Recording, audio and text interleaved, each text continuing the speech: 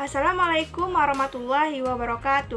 Halo guys, kembali lagi bersama saya Dea Noktara Madeni, NPM A1G022116 dari kelas 1C, Program Studi Pendidikan Guru Sekolah Dasar, Fakultas Keguruan dan Ilmu Pendidikan Universitas Bengkulu.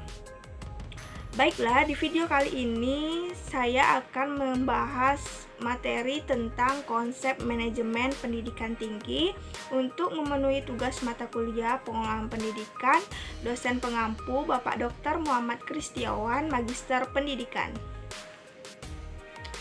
Baiklah, tanpa berlama-lama lagi langsung saja kita masuk ke pokok-pokok pembahasan materi. Yang pertama ada konsep manajemen pendidikan tinggi, yang kedua ada penyelenggaraan pendidikan tinggi, yang ketiga ada manajemen perguruan tinggi, yang keempat ada dimensi makna perguruan tinggi, dan yang kelima ada perguruan tinggi dan tantangan globalisasi.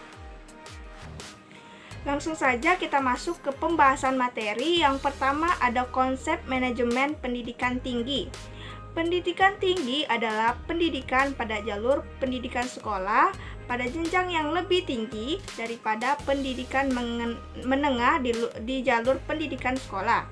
Atau dengan kata lain, menurut penulis pendidikan tinggi merupakan jenjang pendidikan setelah pendidikan menengah yang mencakup program diploma, sarjana, magister, program doktor, program profesi, dan program spesialis yang diselenggarakan oleh perguruan tinggi berdasarkan kebudayaan bangsa Indonesia.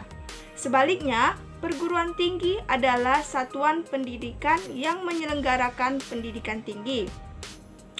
1. Konsep pendidikan tinggi menurut Peraturan Pemerintah RI Nomor 60 Tahun 1999 tentang pendidikan tinggi. Tujuan pendidikan tinggi adalah yang pertama ada menyiapkan peserta didik menjadi anggota masyarakat yang memiliki kemampuan akademik dan atau profesional yang dapat menerapkan, mengembangkan, dan atau memperkaya hasanah ilmu pengetahuan, teknologi, dan kesenian. Yang B, mengembangkan dan menyebarluaskan ilmu pengetahuan, teknologi, dan atau kesenian serta mengupayakan penggunaannya untuk meningkatkan taraf kehidupan masyarakat dan memperkaya kebudayaan nasional. Yang kedua, konsep perguruan tinggi. Perguruan tinggi menyelenggarakan pendidikan tinggi atau pembelajaran, penelitian, serta pengabdian kepada masyarakat. Pendidikan tinggi merupakan kegiatan dalam upaya menghasilkan manusia terdidik seperti kriteria yang sudah disebutkan di atas. Perguruan tinggi dapat berbentuk akademi, politeknik, sekolah tinggi, institut, dan universitas. Pengertian dari masing-masing satuan pendidikan tersebut adalah sebagai berikut. A. Akademi, yaitu menyelenggarakan program pendidikan profesional pada satu cabang atau sebagian cabang, ilmu pengetahuan, teknologi, atau kesenian tertentu. 2. Politeknik, menyelenggarakan program pendidikan profesional pada beberapa bidang pengetahuan khusus atau perguruan tinggi yang menyelenggarakan pendidikan vokasi. Yang C. Sekolah tinggi menyelenggarakan program pendidikan akademik dan atau profesional dalam lingkup satu disiplin ilmu tertentu. Yang D. Institut, menyelenggarakan program pendidikan akademik dan atau profesional dalam sekelompok disiplin ilmu pengetahuan, teknologi, atau kesenian.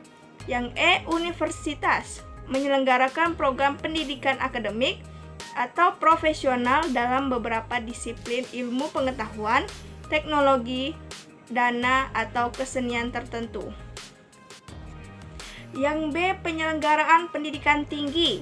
Pedoman pengelolaan perguruan tinggi terdiri atas dua, yaitu 1. Yuridis atau hukum dan perundang-undangan yang terdiri atas Undang-Undang Nomor 20 Tahun 2003 tentang Sisdiknas, UU Nomor 12 Tahun 2012 tentang Diktik PP Nomor 4 Tahun 2014 serta Permendiktik 2. Teori-teori dan ilmu-ilmu pengetahuan berupa buku dan karya ilmiah atau jurnal hasil penelitian.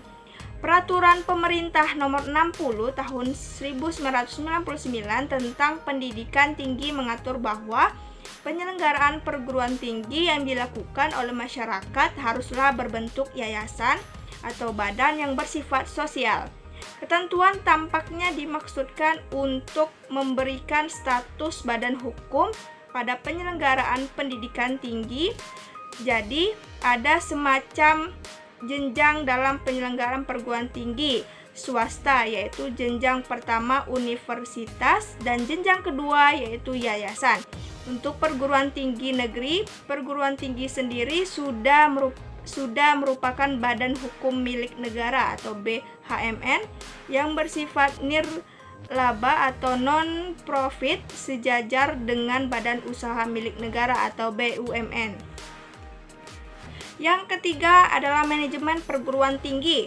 Menurut Indrajit dan Joko Pranoto 2006, ada beberapa aplikasi fungsi manajemen umum dalam manajemen perguruan tinggi, yaitu 1.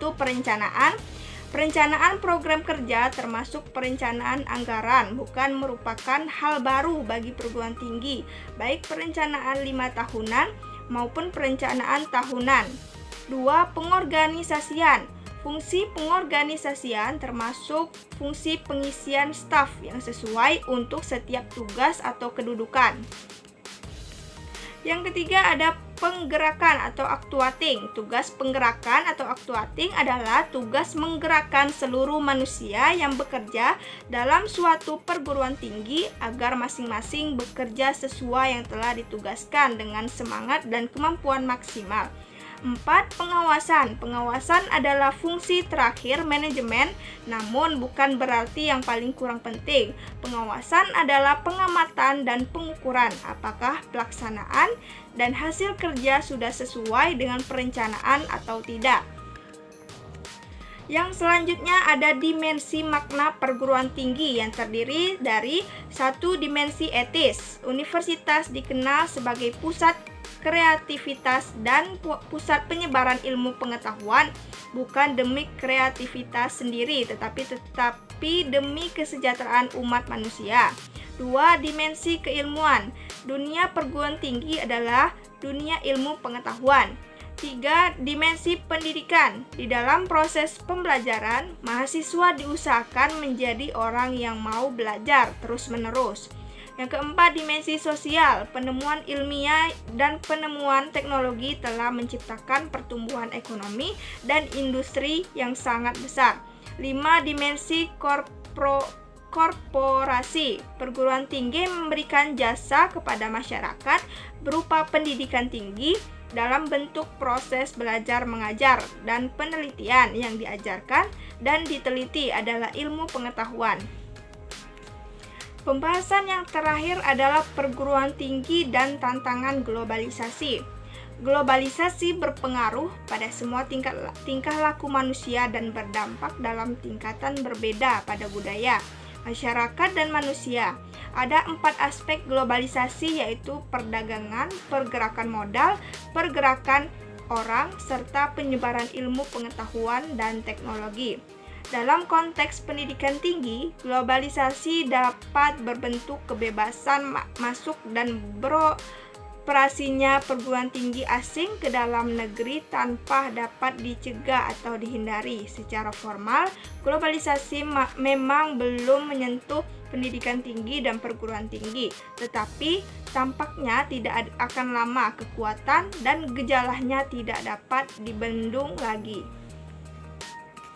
Mungkin itu saja penyampaian dari saya, pembahasan materi dari saya. Lebih dari kurangnya saya mohon maaf. Wassalamualaikum warahmatullahi wabarakatuh. Terima kasih semuanya. Sampai jumpa di video selanjutnya. Bye-bye.